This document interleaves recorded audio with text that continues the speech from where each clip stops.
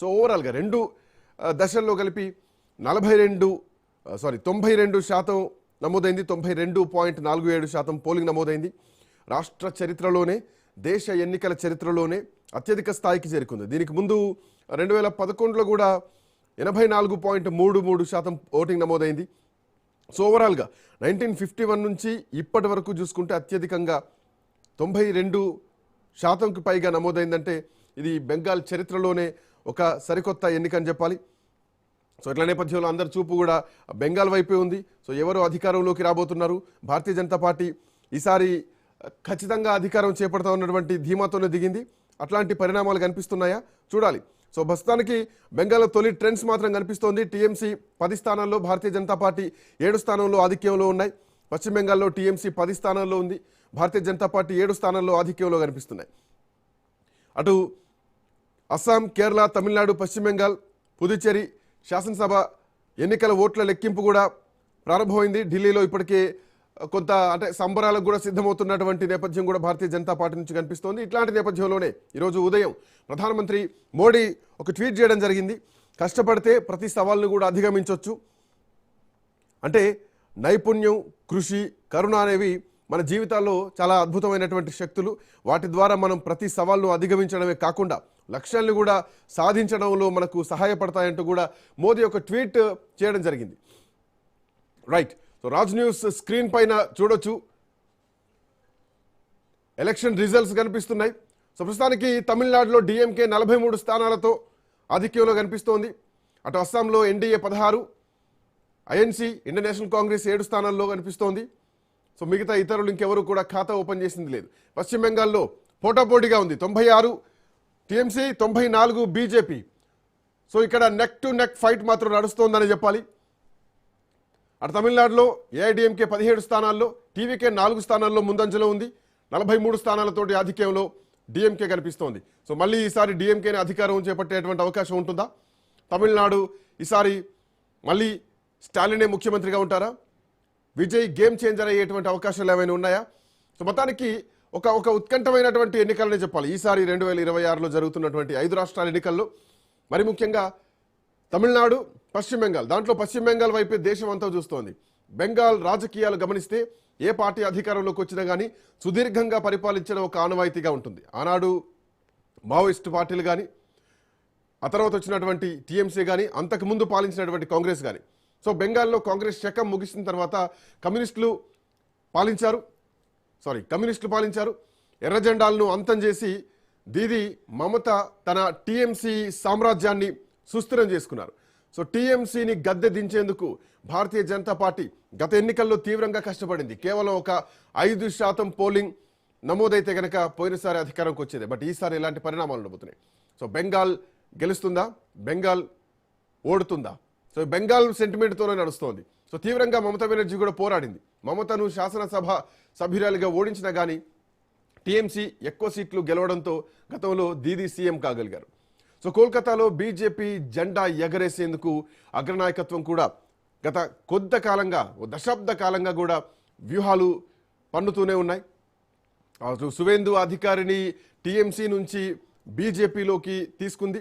So సువేందుకు TMC loops అన్ని తెలుసు కాబట్టి ఆ రోజు ఏకంగా దీదీ మీదనే పోటీ చేసి గెలవడం జరిగింది. సో ఇప్పుడు కూడా సువేందు వర్సెస్ దీదీ పోటీ నడుస్తోంది. సో ఈరోజు భవానీపూర్ నుంచి ఒక ఉత్కంఠ కనిపిస్తోంది. సో ప్రస్తుతానికి భవానీపూర్లో దీదీ ముందంజలో ఉన్నారు. సో ఆ తర్వాత గత ఎన్నికల విషయం తీసుకుంటే కనుక ఏకంగా మమతా బెనర్జీ పైన ఇందాక నేను చెప్పినట్టు పోటీ చేశారు. బెంగాల్ ఎన్నికల్లో హిందూ ముస్లిం సమస్యతో పాటు విదేశీ చొరబాట్లు కూడా ప్రధాన అస్త్రాలుగా ఈసారి ఎన్నికల్లో నిలిచాయి. సో మైనార్టీలు ఆల్మోస్ట్ 30% పైగా ఉన్నటువంటి మైనార్టీలు దరిదాపు ఒక 105, 103 నియోజకవర్గాలను ప్రభావితం చేస్తారు. సో రెండో దశ జరిగినటువంటి పోలింగ్ మొత్తం కూడా ఆ బెల్ట్, అంటే దీదీ బెల్ట్ అన్నట్టు. మొదటి దశలో జరిగింది బీజేపీ వైపు ఎక్కువగా ఎడ్జ్ ఉండేటువంటి ఫేజ్ అయితే కనుక రెండో ఫేజ్ మొత్తం కూడా టీఎంసీ ఎడ్జ్ ఉండేటువంటి ఫేజ్. ఒక భారీ ఉద్రిక్తం నిలిచింది. ఈవెన్ ఫాల్టాలో ఎన్నిక కూడా రద్దయిపోయింది. సో అది కూడా మళ్ళీ ఎన్నిక డేట్ కూడా మే 21కి ఇప్పుడు ఇచ్చినట్టు కనిపిస్తోంది. రైట్, మాట్లాడదాం. మా కరెస్పాండెంట్ సైదులు కూడా మనతో పాటు జాయిన్ అయ్యారు. సైదులు, సో యాజ్ ఎక్స్పెక్టెడ్ నడుస్తుంది, బట్ పశ్చిమ బెంగాల్ కొంత ఉత్కంఠ కనిపిస్తోంది. సో ఏం జరగబోతోంది, ఎట్లా ఉండబోతోంది? సో ప్రస్తుతానికి ఉన్నటువంటి లేటెస్ట్ అప్డేట్స్ ఏంటి మీ దగ్గర? శ్రీకాంత్, ఓరావరిగా పశ్చిమ బెంగాల్లో ప్రస్తుతం పోస్టల్ బ్యాలెట్ల ఓట్ల లెక్కింపు కొనసాగుతూ ఉంది. ఓరావరిగా ఇటు బీజేపీకి అదేవిధంగా తృణమూల్ కాంగ్రెస్కి పోటాపోటీ నెలకొంది. సో ఇక నందిగ్రామ్లో సువేంద్ అధికారి బీజేపీ ముఖ్యమంత్రి అభ్యర్థిగా ఆయన ఉండబోతున్నట్టుగా కూడా మనకి వార్తలు వస్తున్నాయి. సో ఆయన సువేంద్ అధికారి ముందంజలో ఉన్నారు. అదేవిధంగా భవానీపూర్లో మమతా బెనర్జీ ముందంజలో ఉన్నారు. సో ప్రస్తుతం తృణమూల్ కాంగ్రెస్ ముఖ్యమంత్రి అభ్యర్థి మమతా బెనర్జీ భవానీపూర్లో ముందంజలో ఉన్నారు. సో అదేవిధంగా చేపాక్లో చూస్తే, తమిళనాడులో చూస్తే కూడా తమిళనాడులో మాత్రం వార్ వన్ సైడ్గా కనిపిస్తుంది. పోస్టల్ బ్యాలెట్లో డిఎంకే దాదాపుగా 71 నియోజకవర్గాల్లో ముందంజలో ఉంది.